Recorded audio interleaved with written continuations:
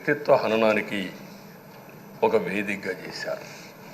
ఇదే అసెంబ్లీలో దూషణలు, బూతులు, వెక్కిరింతలు, కక్ష సాధింపులు, మైకు లేకుండా పోవడం ఒకటి కాదు, చాలా సమస్యలు వచ్చాయి.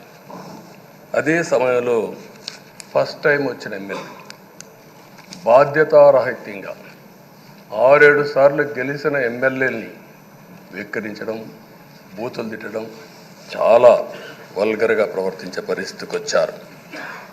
ఆ రోజు ప్రభుత్వం యొక్క వైఫల్యాల్ని క్వశ్చన్ చేస్తే వాళ్ళపైన సభలోనే దాడి చేయడం, నీచంగా మాట్లాడడం, వాళ్ళ మనోభావాలు దెబ్బతీయడం, ఇవన్నీ చేసే పరిస్థితికి వచ్చారు.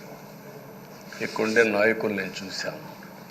ఆ రోజు తెలుగుదేశం పార్టీ 23 మంది గెలిచాం. జనసేన లేరు, బీజేపీ లేరు. కానీ ఆ 23 మందిని గెలిచినాక ఇదే అసెంబ్లీకి వస్తే వాళ్ళు ప్రవర్తించిన తీరు మీరు చూస్తే చాలా బాధాకరంగా ఆ రోజు పనిచేసే పరిస్థితికి వచ్చారు. ఆ రోజు ఒక్క విషయం మీరు చూస్తే,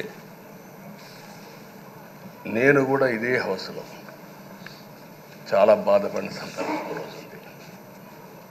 మెంబర్స్ అందరం ఉన్నాం. నన్ను గురించి, నా కుటుంబాన్ని గురించి ఇష్టానుసారంగా మాట్లాడితే కనీసం యాక్షన్ తీసుకోవడానికి నాకు మైక్ ఇవ్వమని అడిగాను.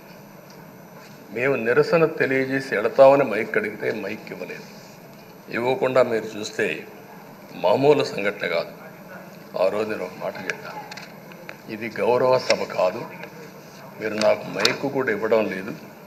మైక్ ఇవ్వకపోయినా నేను స్టేట్మెంట్ ఇవ్వాలి కాబట్టి ఇచ్చేడతాను రికార్డు కోసం అని చెప్పి గట్టిగా లేచి ఇదే సీట్లో కూర్చొని ఆ రోజు నేను చెప్పింది అదే వర్డ్స్ మీకు రిపీట్ చేస్తున్నాను.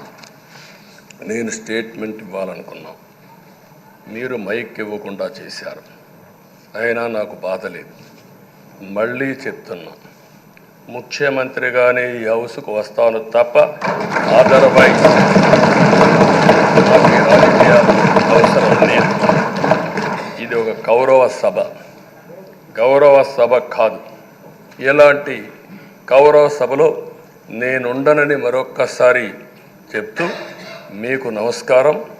ప్రజలకు విజ్ఞప్తి చేస్తున్నా, నా అవమానం మీరు అందరూ అర్థం చేసుకొని నిండు మనసుతో ఆశీర్వదించాలని కోరుతూ ఈ సభ నుంచి వాకౌట్ చేస్తున్నానని చెప్పి వాకౌట్ చేసి బయట ప్రెస్ కాన్ఫరెన్స్ పెట్టాను. ఎందుకు ఈ విషయం చెప్తున్నానంటే, నా జీవితంలో ఇది 9వసారి నేను ఎమ్మెల్యే.